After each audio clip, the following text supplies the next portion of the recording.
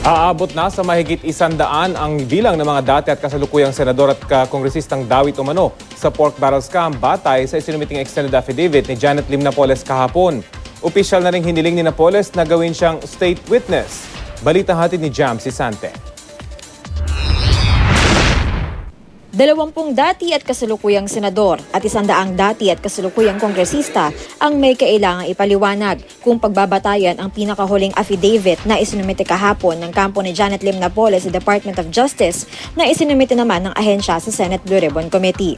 Kasali sa listahan ni Napoles na mga nakatransaksyon daw niya ang mga dating senador na sina Rodolfo Biazon, ang yumaong si Robert Barbers, Loy Estrada, Robert Jaworski, Ramon June Magsaysay, Tessie Aquino Oreta, Nene Pimentel at Manny Villar.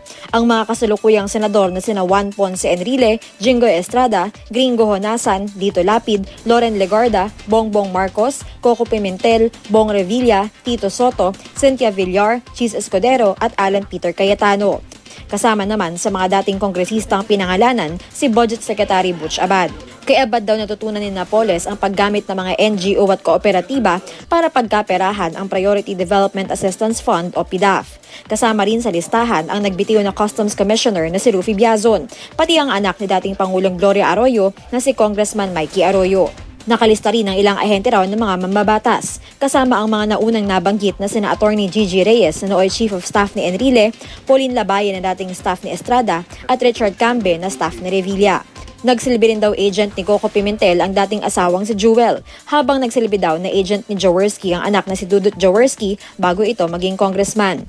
Ang artistang si Matt Ranillo, nagsilbi raw agent ni Loy Estrada.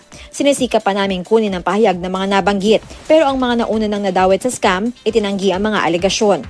Isinumite rin sa Senate Blue Ribbon Committee ang isa pang affidavit ni Napoles na pirmado noong May 12 na nagdedetalye sa mga transaksyon kina Enrile, Revilla at Estrada na nahaharap na sa reklamong plunder sa Ombudsman.